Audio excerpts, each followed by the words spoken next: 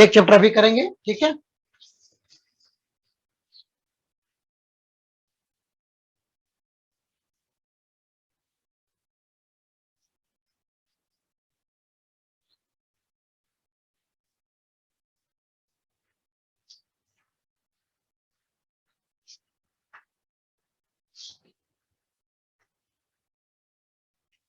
देखो हम लोग कर रहे हैं कौन सा, देखो थर्मोडायनामिक्स।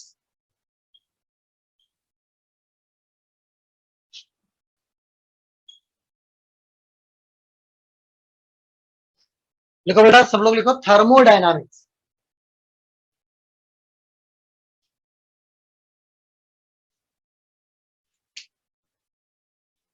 थर्मोडायनामिक्स लिख लिया सभी लोग? कैमरा सबसे ऊपर कर दो। हाँ, देखो थर्मोडायनामिक्स क्या लिखा बेटा आपने? है थर्मोडायनामिक्स लिखा आपने, है ना, ठीक है। Thermodynamics.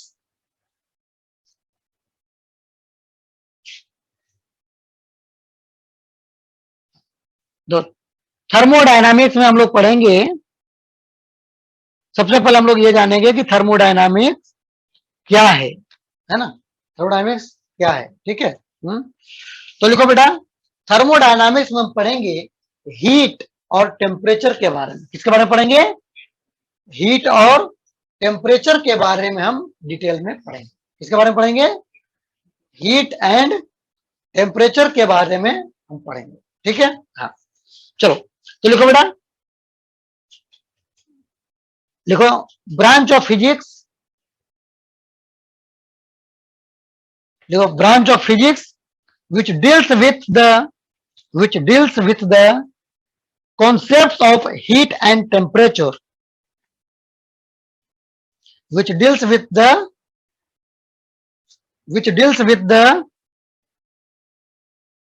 concepts of heat and temperature,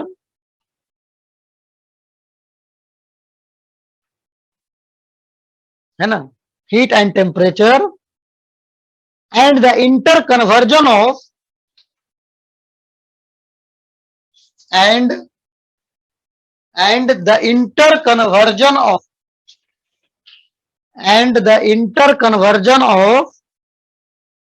heat,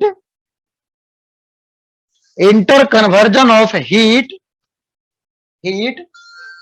and other form of energy, heat and other form of energy, heat and other form of energy।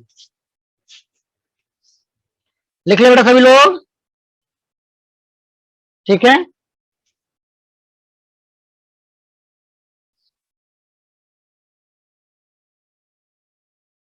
ठीक है, अब देखो हम अभी पढ़ रहे हैं थर्मोडायनामिक्स और आगे पढ़ेंगे हम केटीजी।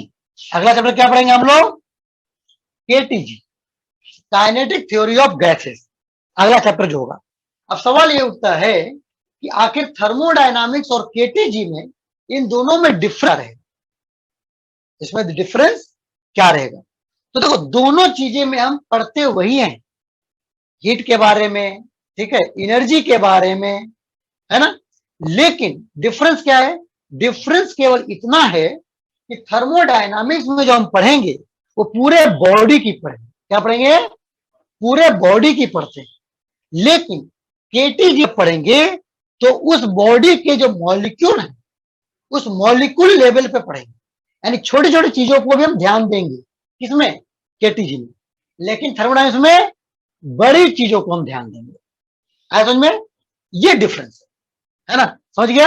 ये डिफरेंस है, आया समझ में बेटा? तो राइट डाउन, लिख लो बाबू, लिख लो, thermodynamics deals with bulk system. Bulk system यानी कि बड़ी, जो पूरा जो ऑब्जेक्ट है, पूरा जो सिस्टम है, उसके बारे में हम पढ़ेंगे थर्मोडायनामिक्स में। Deals with the bulk system, है ना। वाइल केटीजी, देखो while while KTG deals with the molecular distribution of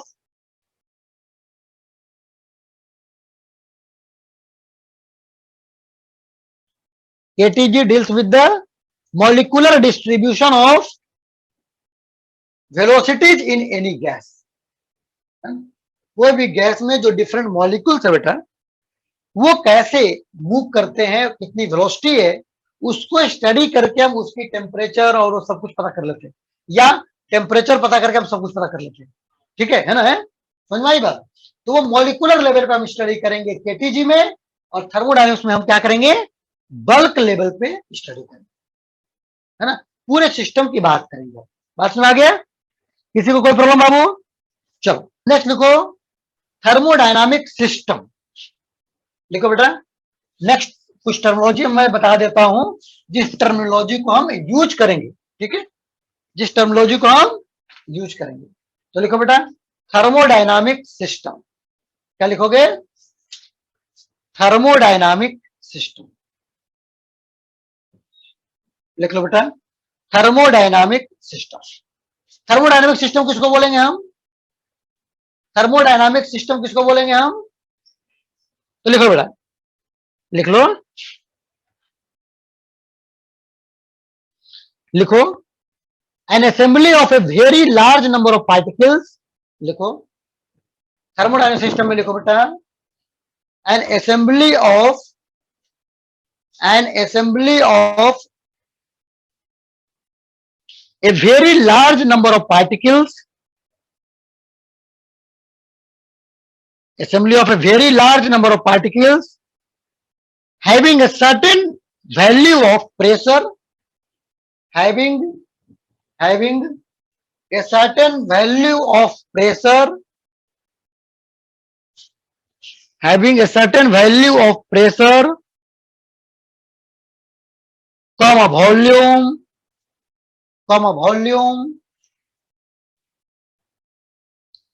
and temperature।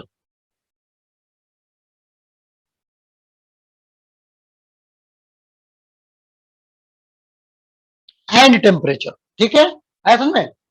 क्या बोला मैंने? थर्मोडायनामिक सिस्टम किसको बोलेंगे? ऐसा पूरे पार्टिकल का असेंबली, यानी कि ग्रुप, है ना, जिसका एक सर्टेन प्रेशर हो, वॉल्यूम हो, टेम्परेचर हो, है ना, तो उनको हम बोलते हैं थर्मोडायनामिक सिस्टम बोलेंगे। ठीक है, आया समझ में? अगला लिखो बेटा, सराउंडिंग। सराउंडिंग मतलब क्या हो गया? जो सिस्टम के बाहर रहेगा उसको हम बोलेंगे सराउंडिंग, है ना। यानी कि अभी आप बैठे हो पढ़ने के लिए, तो आप क्या लेके बैठे हो? आप लेके बैठो फिजिक्स का बुक, नोटबुक, पेन, है ना। ठीक है, अब आपके बगल में मैथ का भी बुक रखा होगा, आप मैथ पढ़ रहे होंगे, केमिस्ट्री पढ़ रहे होंगे, वो भी बुक बगल में रखा हुआ हो सकता है ना। तो अभी जो आपका जो काम का है, जिसको आप यूज कर रहे हो, जो कंसिडरेशन में है, वो फिजिक्स की बुक है, फिजिक्स की नोटबुक है ना। तो वो क्या कहलाएगा? वो कहलाएगा सिस्टम। और जो बगल में केमिस्ट्री है, मैथ है, जो आपने अपने टेबल पे बगल में रख रखा है, वो अभी हमारे कंसिडरेशन में नहीं है कि नहीं? तो वो क्या कहलाएगा? वो सराउंडिंग कहलाएंगे, वो बाहर की चीजें कहलाएंगे फिलहाल के लिए, है कि नहीं? है, ठीक है। तो जो भी चीजें अभी कंसिडरेशन में नहीं है, बाहर की चीजें हैं, उसको हम सराउंडिंग बोलेंगे। ठीक है बेटा, तो लिखो, लिख लो बेटा, लिखो, everything outside the system, everything outside the system, everything outside the system, everything outside the system, everything outside the system which can have a direct effect, which can have a direct effect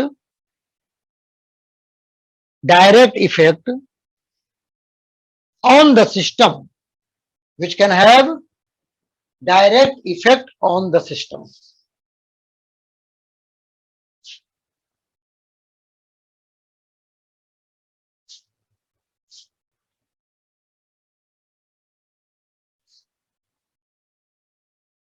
ऐसा में correct है।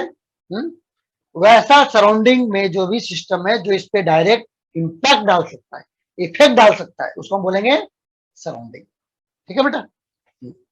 चलो next लिखो thermodynamic variables. Next लिखो thermodynamic variables, यानी ऐसी चीजें जो वेरी करे, है ना, जिसके बारे में मुझे स्टडी करना है ना। तो वो कौन सी चीजें हैं जिसके बारे में हम थर्मोडायनामिकली स्टडी करेंगे और जो वेरी करेगा, ऐसा क्या क्या चीजें। तो थर्मोडायनामिक में हम पढ़ेंगे किसी भी चीज के बारे में, प्रेशर क्या है उसका, वॉल्यूम क्या है उसका, टेम्परेचर क्या है उसका। तो ये चीजें वेरी भी कर सकती है और इसी के बारे में मुझे स्टडी भी कर। तो इन चीजों को हम बोलते हैं थर्मोडायनामिक वेरिएबल्स। क्या बोलते हैं? Thermodynamic variables. तो लिख लो बेटा, थर्मोडायनामिक वेरिएबल में लिख low pressure, volume, temperature. Pressure comma volume comma temperature. ठीक है। इन लोग क्या करते हैं, इन लोग हम लोगों को थर्मोडायनामिक बिहेवियर को स्टडी करने में हेल्प करते हैं। ठीक है, लिखो they help us to study about the, लिखो they help us to, they help us to study study the thermodynamic behaviour.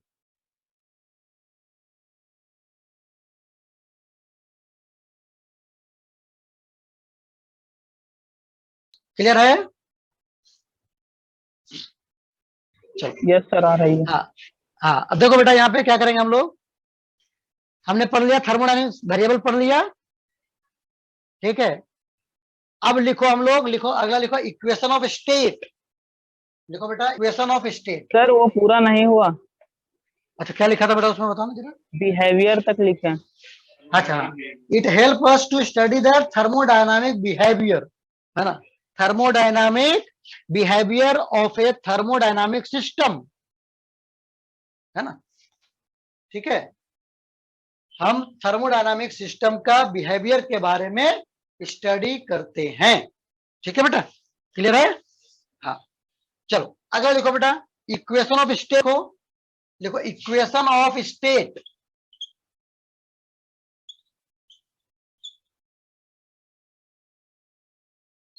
लिखो इक्वेशन ऑफ स्टेट। लिखो बेटा इक्वेशन ऑफ स्टेट। ये आपने केमिस्ट्री में भी पढ़ा हुआ है ना। इक्वेशन ऑफ स्टेट बोलते हैं, आइडियल गैस इक्वेशन भी बोलते हैं, है ना। हाँ क्या बोलते हैं बेटा इसको, इसको हम आइडियल गैस इक्वेशन भी बोलते हैं। ठीक है, और ये आपको याद है, इससे क्या होता है बेटा, प्रेशर, वॉल्यूम, है ना, टेम्परेचर के में रिलेशन होता है। क्या रिलेशन होता है बेटा? PV is equal to NRT होता है। क्या होता है? PV is equal to NRT होता है। ठीक है, जहां प्रेशर हो गया, वॉल्यूम हो गया, नंबर ऑफ मोल हो गया, आर हो गया gas constant, and T is the temperature. ठीक है, क्लियर है? चलो नेक्स्ट लिखो बेटा थर्मल इक्विलिब्रियम। नेक्स्ट टॉपिक लिखो थर्मल इक्विलिब्रियम। नेक्स्ट लिखो, नेक्स्ट लिखो बेटा thermal equilibrium. Thermal equilibrium. Now what is thermal equilibrium?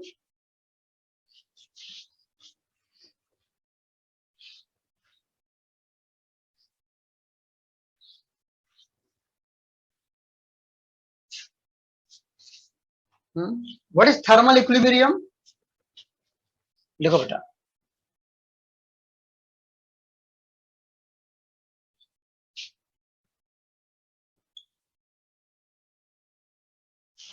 लिखो बेटा thermal equilibrium. Now what is this thermal equilibrium? तो थर्मल इक्विलिब्रियम होता है जब हम दो ऑब्जेक्ट का टेम्परेचर सेम हो, जब दो सिस्टम का टेम्परेचर क्या हो, सेम हो, तो हम बोलते हैं they are in thermal equilibrium. For example जैसे देखो, मान लीजिए ये हमारा एक ऑब्जेक्ट बेटा ये है और ये बी, दो सिस्टम है ए एंड बी, है ना, और दोनों का टेम्परेचर क्या बेटा, इसका भी टी है और इसका भी लिए। तो जब टेम्परेचर दोनों का सेम हो गया तो हीट का फ्लो नहीं होगा, है ना। क्योंकि आपका हीट का फ्लो क्यों होता है? Due to the temperature difference. यहाँ पर टेम्परेचर डिफरेंस अगर नहीं है तो फिर हीट का फ्लो नहीं होगा। तो इनको बोलते हैं थर्मल इक्विलिब्रियम। क्या बोलते हैं? थर्मल इक्विलिब्रियम बोलते हैं अगर दोनों का टेम्परेचर सेम हो। ठीक है, तो लिख लो बेटा, ये ड्राइंग बना लो और यहाँ नीचे लिखो, ड्राइंग लिखो बेटा, लिखो। Two systems are said to be, लिखो देखो, two systems are said to be in thermal equilibrium. Two systems are said to be in thermal equilibrium with each other if they have the same temperature. If they have the same temperature. If they have the same temperature.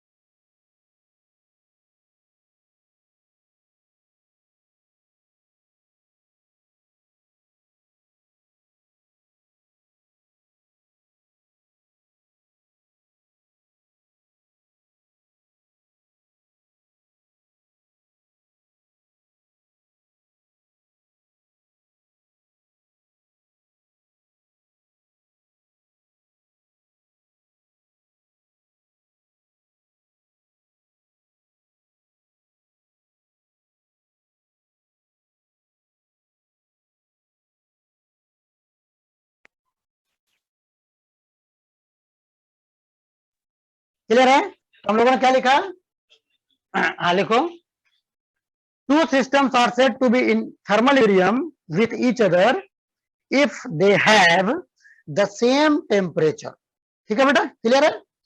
तो इसको हम बोलेंगे thermal equilibrium. अगर केवल temperature दोनों चीजें का same है तो उसको हम बोलेंगे थर्मल इक्विलिब्रियम। ठीक है? थर्मोडायनामिक इक्विलिब्रियम अलग होता है। क्या होता है? ये थर्मल इक्विलिब्रियम कहलाएगा। अगर टेम्परेचर दोनों का सेम है तो हम उसको क्या बोलेंगे? Thermal equilibrium. लेकिन थर्मोडायनामिक इक्विलिब्रियम अलग चीज होती है। वो क्या होती है? तो उसके लिए लिखो बेटा, नेक्स्ट लिखो thermodynamic equilibrium. Write down the next thing. अगला लिखो बेटा thermodynamic equilibrium.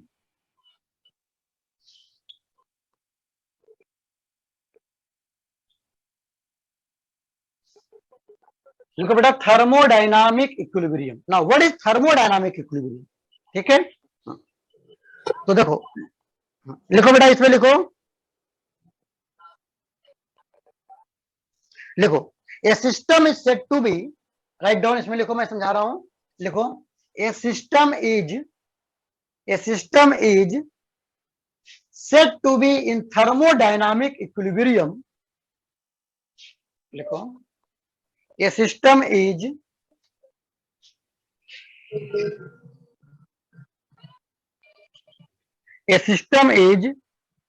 said to be in the state of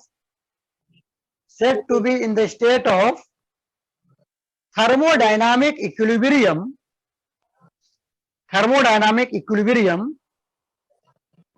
if the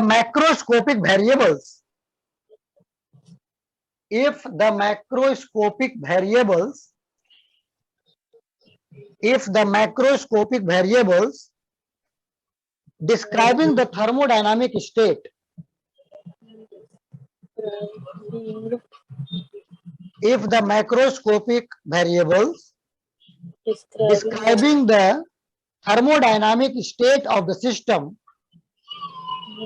describing the thermodynamic state of the system मतलब क्या हो जाएगा?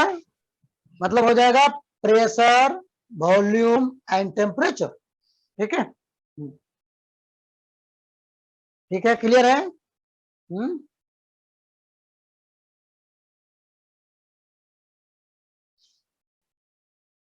क्लियर है सबको? डिस्क्राइबिंग के बाद क्या बोला? describing the thermodynamic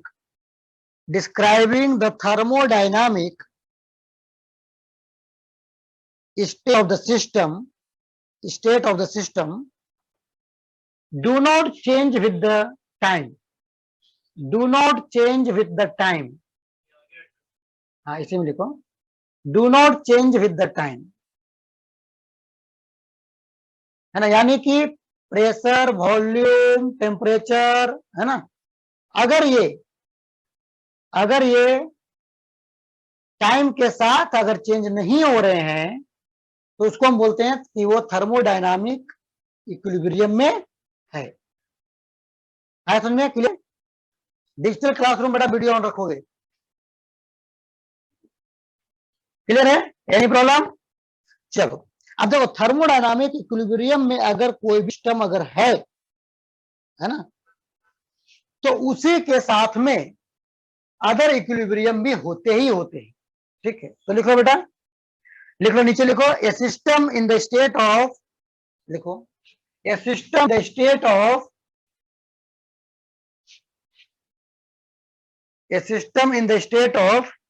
thermodynamic equilibrium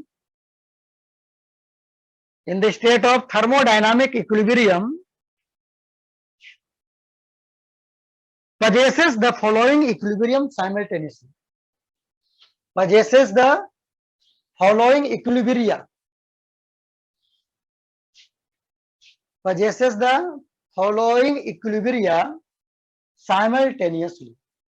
कौन कौन से इक्विलिब्रियम साथ साथ हो जाएंगे? तो लिख लो बेटा, अगर थर्मोडायनामिक इक्विलिब्रियम में वो है तो आपका मैकेनिकल इक्विलिब्रियम होगा ही होगा।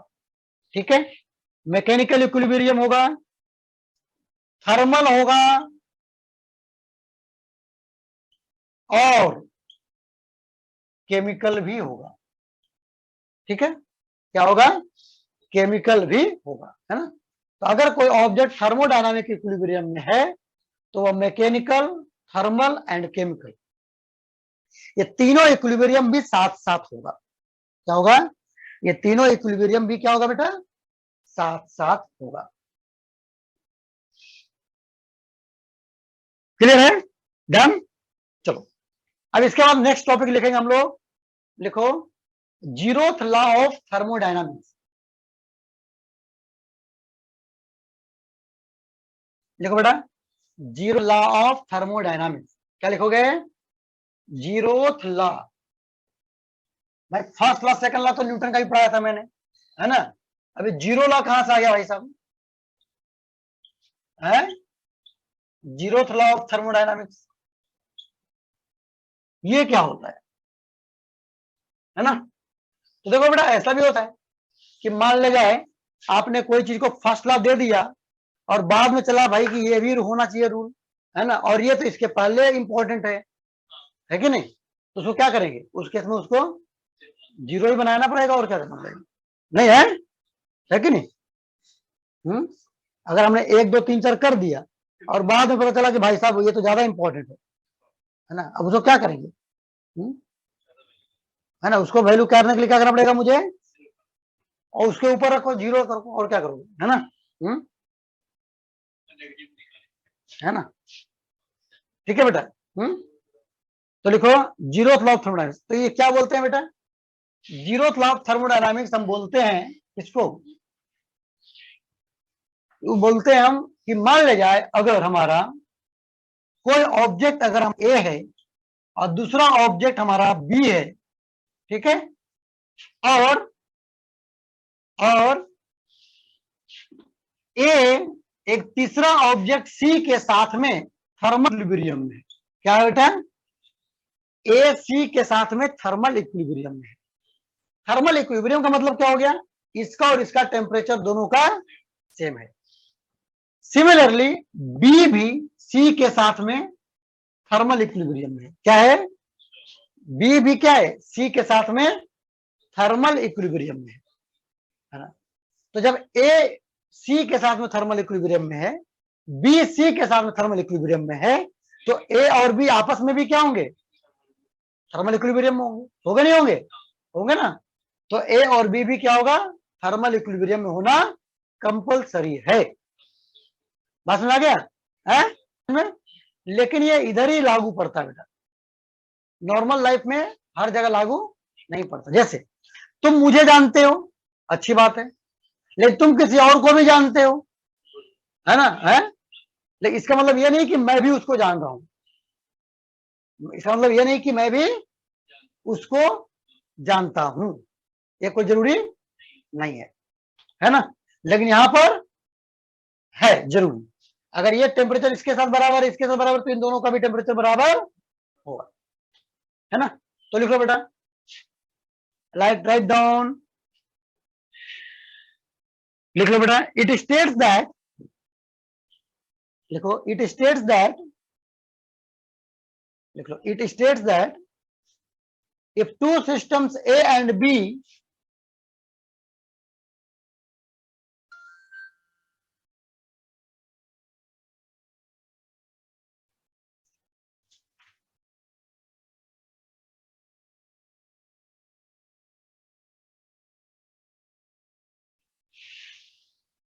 लिखो, it states that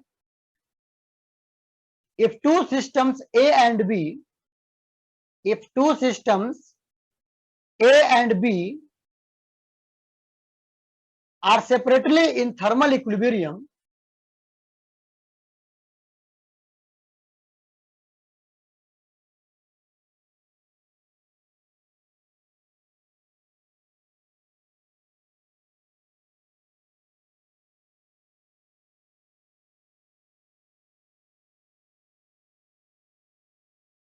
लिखो बेटा, it states that if two systems A and B are separately in thermal equilibrium, if two systems A and B are separately in thermal equilibrium, with a third system C, with a third system C,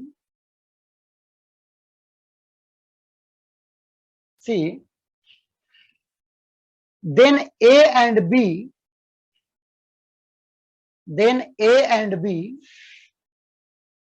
are also in thermal equilibrium. Then A and B are also in thermal equilibrium with each other. With each other.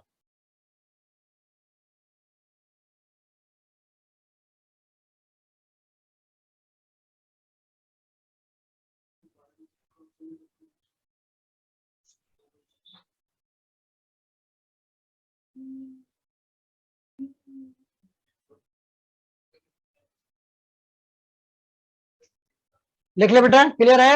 Any problem किसी को भी? चलो तो ये हो गया हमारा, है ना। अब इसके बाद हम तीन चीजों को हम पढ़ेंगे जिसको हम कोरिलेट करेंगे, यूज करेंगे, है ना। क्या क्या यूज करेंगे बेटा, तो लिख लो। हीट, अगला टॉपिक लिखो, हीट कॉमा इंटरनल एनर्जी, लिखो heat comma internal energy,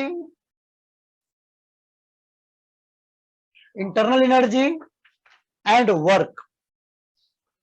work, ये तीन चीजों को हम समझेंगे, ठीक है। कि हीट क्या है, इंटरनल एनर्जी क्या है, हाँ, एंड वर्क क्या है, ठीक है बेटा, क्लियर है? Very good. अच्छा, अब सवाल देखो बेटा, ये समझो, हीट तो आप जानते हो, है ना।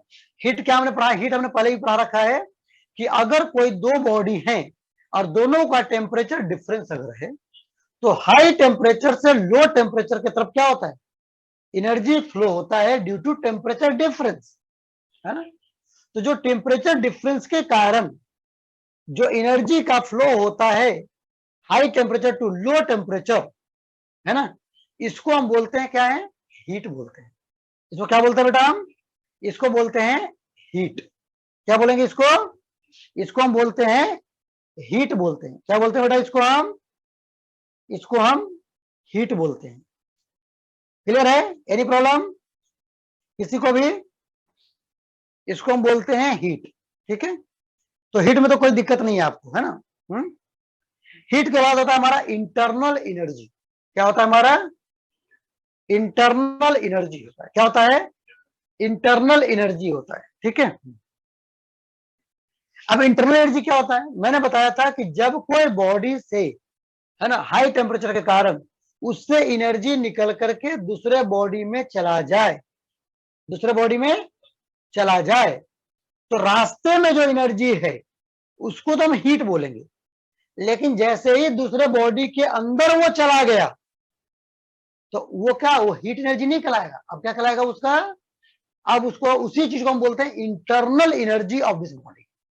क्या बोलेंगे बेटा उसको, अब हम बोलेंगे उसको internal energy of this body बोलेंगे। समझ में? क्लियर है बाबू? फिर से सुनो, टेम्परेचर डिफरेंस के कारण high temperature to low temperature जो एनर्जी फ्लो हो रही है ना, ठीक है, तो जो रास्ते में एनर्जी है उसको हम बोलते हैं हीट, ठीक है, हीट एनर्जी, हीट।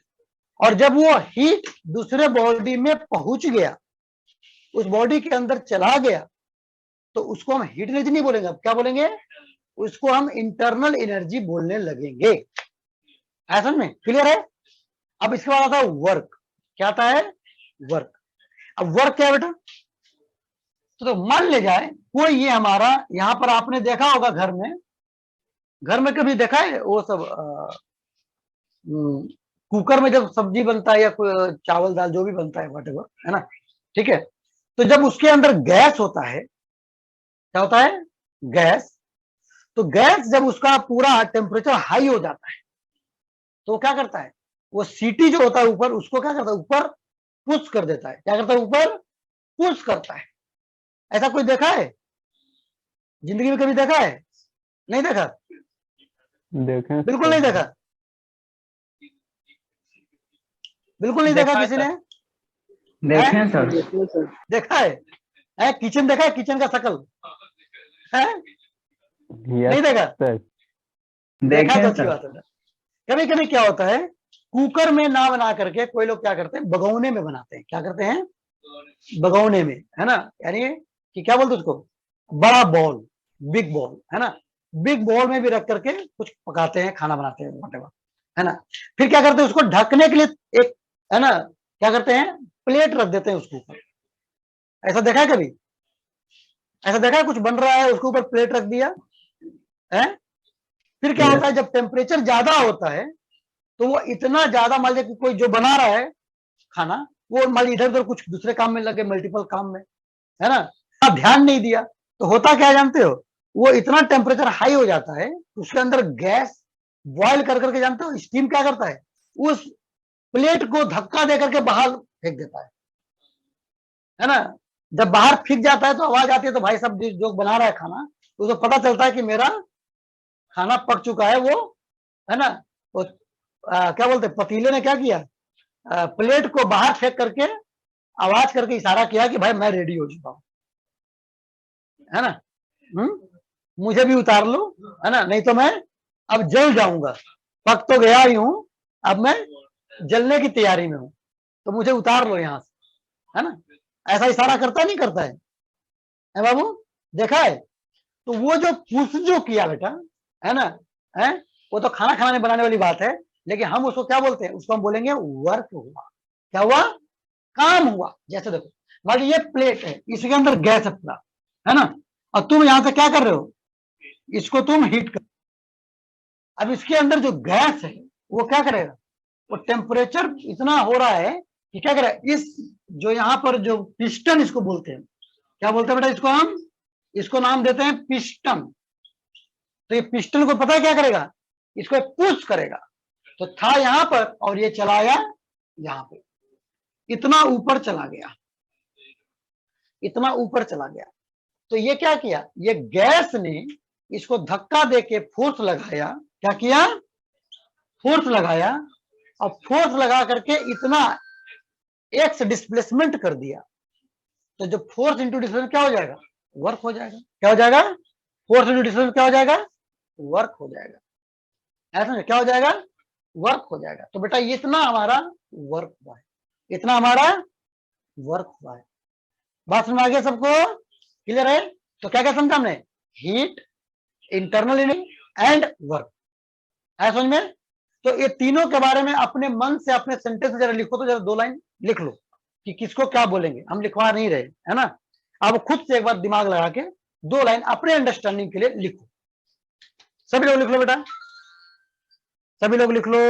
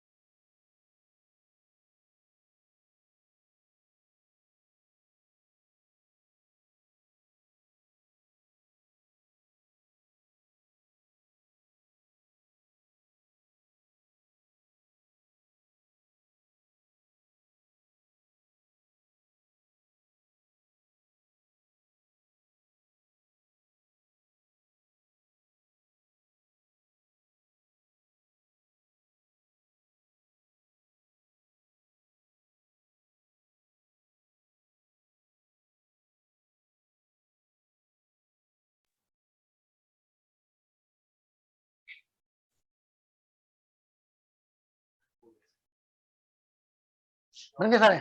अब वो निकालो बेटा, एम्पलर में 2 थे तो बाकी सारे लेंस वाले हैं बाकी सारे लेंस वाले हैं लेंस वाले एम्पलर में 2 ही पूरा हो गया है, ठीक है। अब एक काम करो, मिरर तक बेटा ना इसका रीडिंग डाल करके जो इंपॉर्टेंट पॉइंट है उसको अंडरलाइन करो। चलो आ जाओ बेटा सभी लोगों को, क्लियर हो गया है? लिख लिया सब लोग, नहीं लिखा?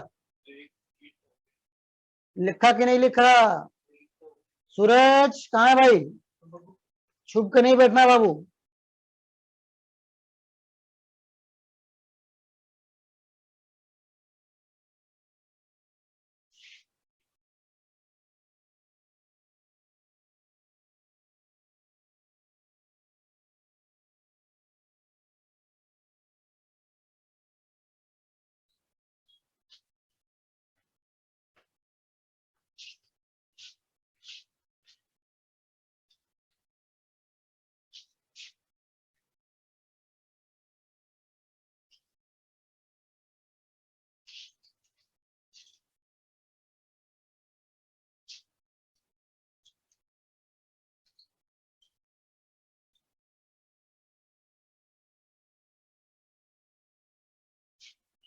चलो लिख लिया सभी लोग,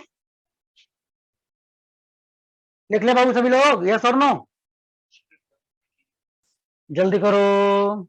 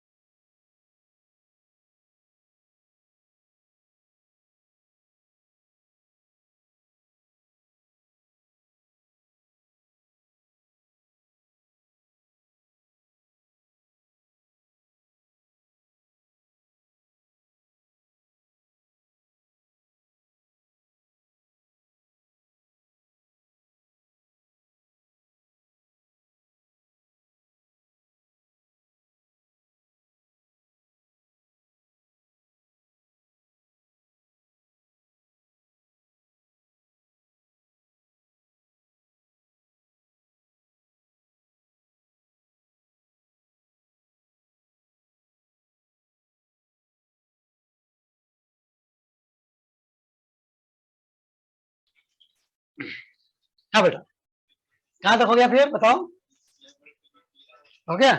अब हम लिखेंगे साइन कन्वेंशन, यानी कि अगर हमारा वर्क है या हीट है, ठीक है, इंटरनल एनर्जी है, तो कब हम किसको पॉजिटिव लेंगे और कब हम उसको निगेटिव लेंगे, है ना, वो हमें जानना बहुत जरूरी है। उसको हम बोलते हैं साइन कन्वेंशन। क्या बोलते हैं? Sign convention. तो लिखो बेटा, साइन कन्वेंशन लिखो।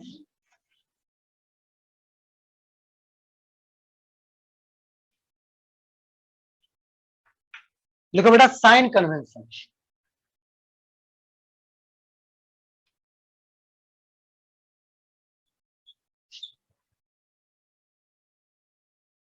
लिखो बेटा साइन कन्वेंशन।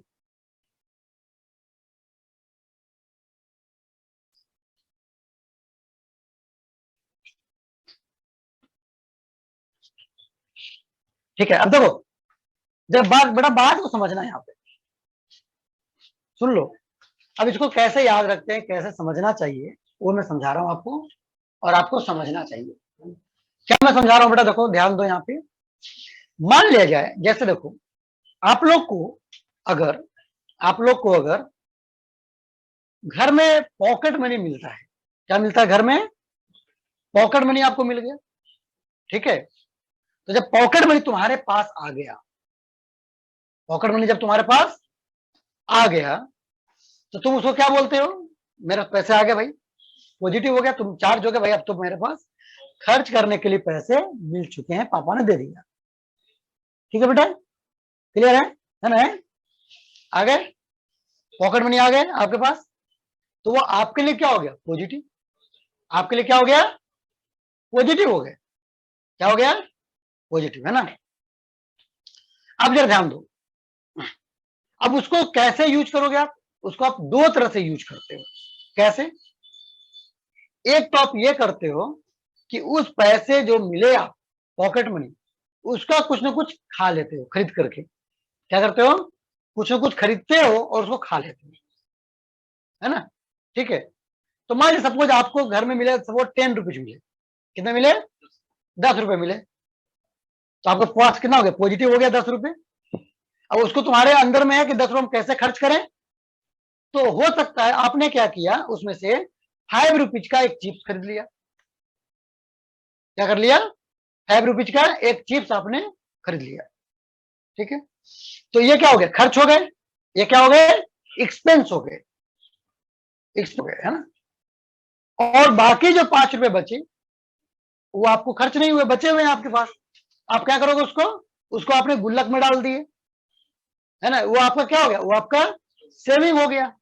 क्या हो गया? आपका सेविंग हो गया। वो उसको हम बाद में यूज करेंगे, कल होकर के खाएंगे, कुछ ज्यादा खा लेंगे, है ना। आज 5 रुपए का खाए थे चिप्स, है ना, सेविंग होते होते हो सकता है हम कल पिज्जा खाने चले जाए, जिसका अमाउंट ज्यादा हो, नहीं है। तो वो सेविंग हमारा रहेगा, उसको हम बाद में यूज अपने मुताबिक करेंगे बाद में। ठीक है, तो कहने मतलब क्या हुआ, आपको जो पॉकेट मनी मिला है, आपको जो पॉकेट मनी मिला, एक तो आपको वो हो गया क्या प्लस, और उसको दो तरह से आप यूज कर रहे हो, या तो उसको आप कुछ खर्च कर रहे हो, खरीद के खा रहे हो, है ना, जिसको हम बोलते हैं वर्क। क्या बोलेंगे? वर्क। और जो आपने बचा करके गुल्लक में डाल दिया वो हो गया सेविंग, उसको बोलते हैं इंटरनल एनर्जी, है ना। जब पैसे आपको बढ़ रहे हैं गुल्लक में तो आपको एनर्जी क्या लगता है कि हमारा भाई, है ना, कहीं पार्टी भी होगा तो हम कर लेंगे, पैसा हमारे पास है, पापा दे या ना दे, है ना, है हमने सेविंग करके रखा हुआ है। तो ये क्या हो गया? ये आपका इंटरनल एनर्जी बढ़ गया। क्या हो गया? Internal energy.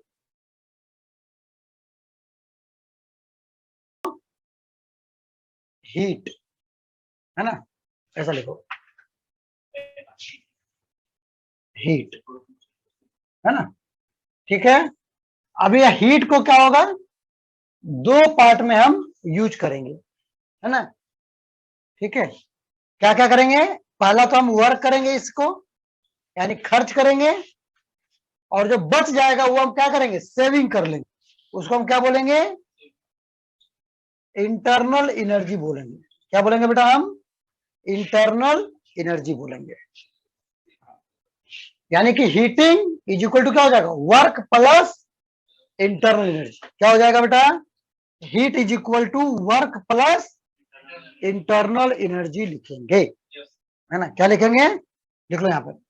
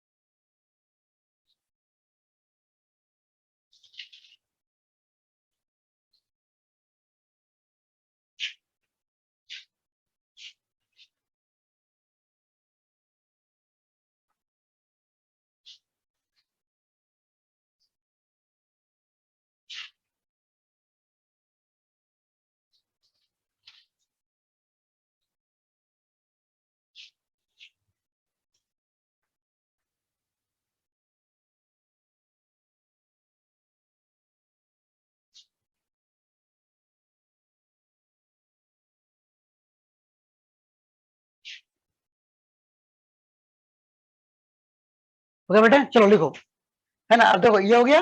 अब पॉजिटिव कब होगा, निगेटिव कब होगा, है ना। तो हीट जब तुम्हारे पास मिलेगा, अगर सिस्टम को हीट मिलेगा तो उसके लिए क्या? पॉजिटिव। तुमको पैसा मिलेगा तो क्या हो गया? पॉजिटिव। यहां पे लिख लो इसमें, अगर ये गेन हो रहा है तो क्या होगा? पॉजिटिव। और अगर पैसा तुम किसी को दे रहे हो तो क्या हो जाएगा? तुमसे चला गया, लॉस। तो लॉस को क्या बोलेंगे हम? निगेटिव। ठीक है बेटा, लिख लो, गेन को पॉजिटिव और लॉस को नेगेटिव, ऐसा बोलेंगे। ठीक है। अच्छा, वर्क क्या होगा बेटा?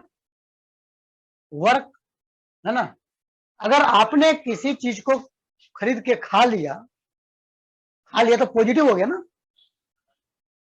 आपने खाया, है ना, फेंका तो नहीं ना। किसी को अगर पैसा ऐसे ही किसी को दे दो तो निगेटिव है। लेकिन आपने क्या किया? खरीद करके खाया, तो आप नहीं खाया ना भाई, पैसा मिला काय के लिए था? खाने के लिए तो मिला था। तो खाया तो क्या हुआ? वो भी आपके लिए क्या है? पॉजिटिव है। तो वर्क डन अगर जो सिस्टम करे, वर्क डन अगर जो सिस्टम करे, है ना, खर्च करे, तुम दोस्त को किसी को खिला दिए मान लिया जाए, है ना, ठीक है, तो ये क्या कर? पॉजिटिव है कि नेगेटिव है? अगर वर्क डन तुमने किया, किसी दोस्त को तूने खिलाया, तो पॉजिटिव है कि नेगेटिव है? पॉजिटिव है सर। नेगेटिव। पॉजिटिव है। कैसे भाई? सर अपने है? दोस्त को नहीं खिलाए, फायदे के लिए ना। फायदे के लिए है। अपने दोस्त को खिलाया, है ना, तो भाई वो कभी ना कभी वो भी तो खिलाएगा, है ना, वो लॉस थोड़ा ना है, वो क्रेडिट हो गया, है ना।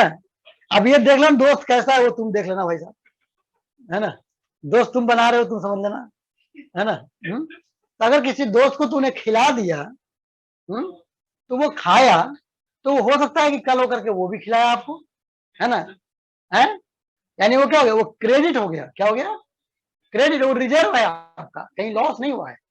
अगर आपने किसी दोस्त को हेल्प किया है तो वो क्या है, वो रिजर्व है, वो आपको हेल्प करेगा आगे, है ना। तो क्या हो गया, अगर work done by the system है तो क्या हो जाएगा, पॉजिटिव। अगर आपने किसी को खिलाया है तो आपके लिए क्या है, वो पॉजिटिव है। हाँ, और अगर किसी दोस्त ने आपको खिला दिया और आपने भरदम जबरदस्त खा करके मजे ले रहे हो, तो ये समझ लेना कि ये पॉजिटिव नहीं है, ये क्या है, पेट तो भर गया, ठीक है, मजा भी आया, वो भी ठीक है, लेकिन वो पॉजिटिव नहीं है, वो निगेटिव है। क्यों, क्योंकि भाई साहब आज तो तुमने खा लिया, अब बारी आपकी भी आएगी खिलाने की, है ना, नहीं खिलाया तो दोस्ती खत्म। अगर दोस्ती कंटिन्यू रखना तो क्या है, आज आपने खा लिया तो कल आपको खिलाना भी पड़ेगा भाई साहब, है ना, है, ठीक है।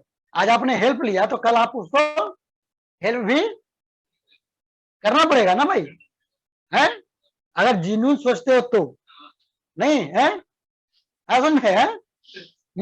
जैसे देखो, अब आज तुम लोग मान लीजिए ब्रिज में आगे पढ़ाई कर रहे हो, है ना, है, तो तुमको लग रहा होगा हम तो अच्छे हैं, पॉजिटिव हो गया, पढ़ के निकल लिए, नहीं, ये क्या है, ये देखा जाए तो निगेटिव है आप पे। क्या हो गया, ये जो पढ़ रहे हो, है ना, कि भाई यहाँ तो ठीक है यार, पढ़ लिया अपना, हो गया काम, है ना, है, मम्मी पापा भी खुश, बेटा ये पॉजिटिव नहीं है, देखा जाए तो ये क्या है, ये निगेटिव है ना। लेकिन निगेटिव ये इस तरह का निगेटिव है कि हम आपको कभी नहीं बोलने आएंगे, कुलदीप सर आपको कभी नहीं बोलने आएंगे कि भाई जमा कर भाई, अब, है ना, ये कुलदीप सर आपको नहीं बोलने आएंगे जिंदगी में, ठीक है, ठीक है। भगवान करे कि ऐसी नौबत जिंदगी में कभी ना आए कि हम आपको बोले कि भाई हेल्प करो, है ना, भगवान करे, मैं यही मनाता हूं, ठीक है।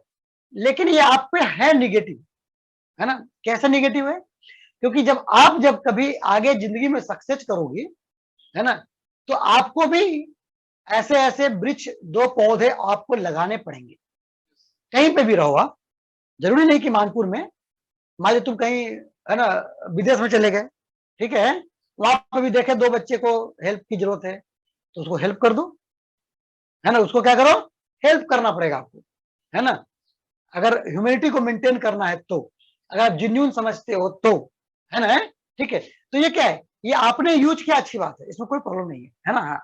लेकिन कभी भी आपको अगर लगे कि किसी दूसरे को जरूरत अगर है और आप कैपेबल हो, अपने आप को समझ रहे हो कि मैं कर सकता हूं, तो आपको वहां पे करना चाहिए। मैं ये नहीं बोलूंगा करना ही पड़ेगा, नहीं, मैं ऐसा नहीं बोल सकता हूं आप लोगों को, है ना, लेकिन कायदे से करना चाहिए, है कि नहीं है। तो मतलब क्या है, ये निगेटिव है, ये क्या बेटा, किसी दोस्त का तुमने खा लिया तो ये क्या है बाबू, ये निगेटिव है, कल होकर के तुम्हें भी खिलाना पड़ेगा, है ना। किसी दोस्त के शादी में तुम जाके पूरा खा पी के नाच डांस करके चला आया, है ना, तो फिर तुम्हें भी तो निमंत्रण देना पड़ेगा भाई, कि भाई तू भी आ जा भाई, हमारे यहाँ भी खा ले, है, हमारे यहाँ भी डांस कर ले भाई तू, है ना। तो क्या होगा, अगर कोई ऑन द सिस्टम कर रहा है ना, अगर कोई बाहर की चीजें वर्क कर रहा है सिस्टम पे, अगर कोई दूसरा दोस्त तुम पे खर्च कर रहा है तो वो तुम्हारे लिए क्या है, निगेटिव है। वो क्या है बेटा, निगेटिव है ना?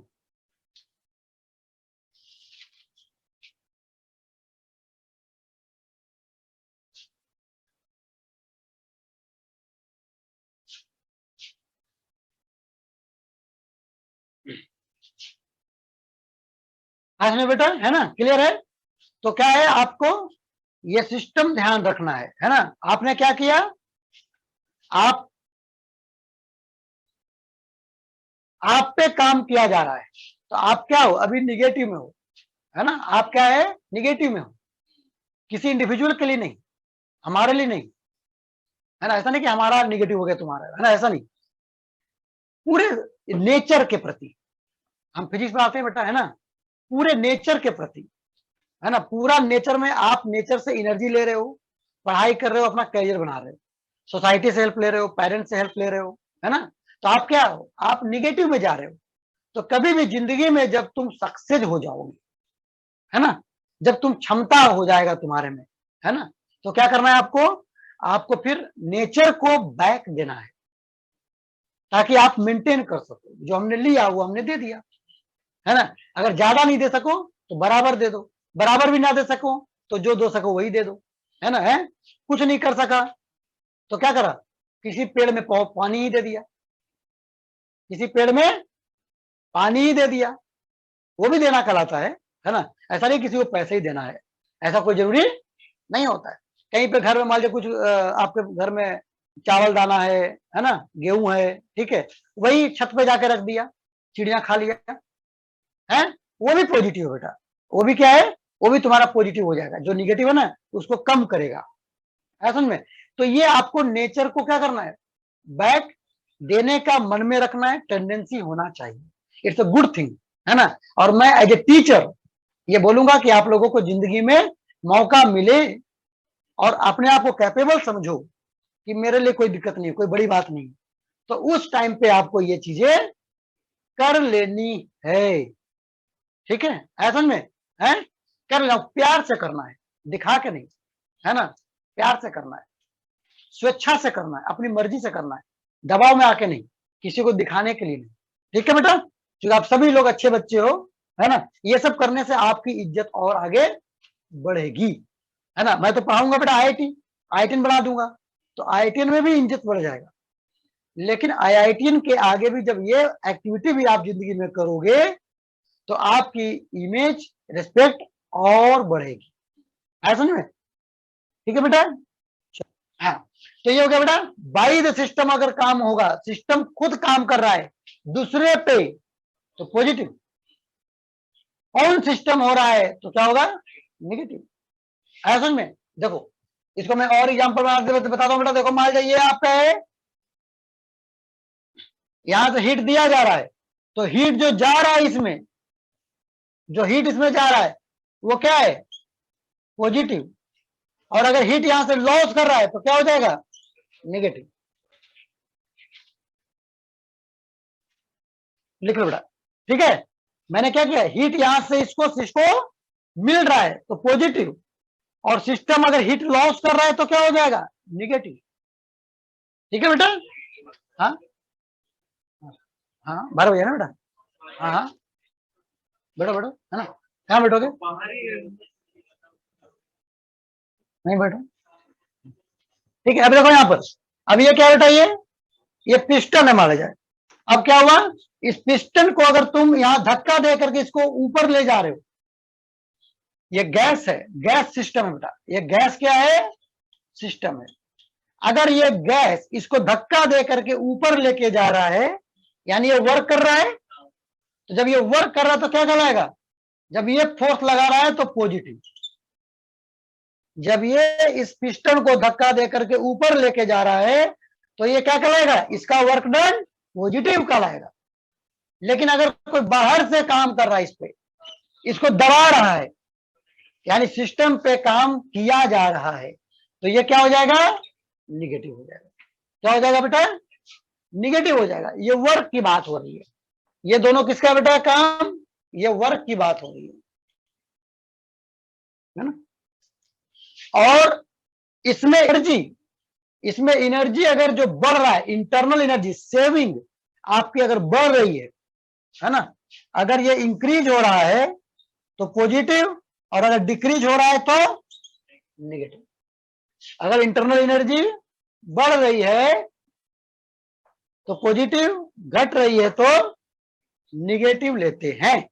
इंटरनल एनर्जी बढ़ रही है तो पॉजिटिव है, इंटरनल एनर्जी घट रही है तो नेगेटिव है। समझ आ गया बेटा सभी लोगों को, यस और नो, क्लियर है, पक्का, चलो बेटा, है ना। तो आज हम यहीं तक आपको छोड़ेंगे, ठीक है, समझ में। और जो आपका होमवर्क है बेटा वो आप पूरा कर लोगे, ठीक है। तो बेटा समझ रहे हो, अभी आप लोगों को सिंसियरली पढ़ाई करनी पड़ेगी, क्योंकि आपका संडे को नोट्स भी दिखाना है, सारे मॉड्यूल का क्वेश्चन भी दिखाने पड़ेंगे, और टेस्ट में नंबर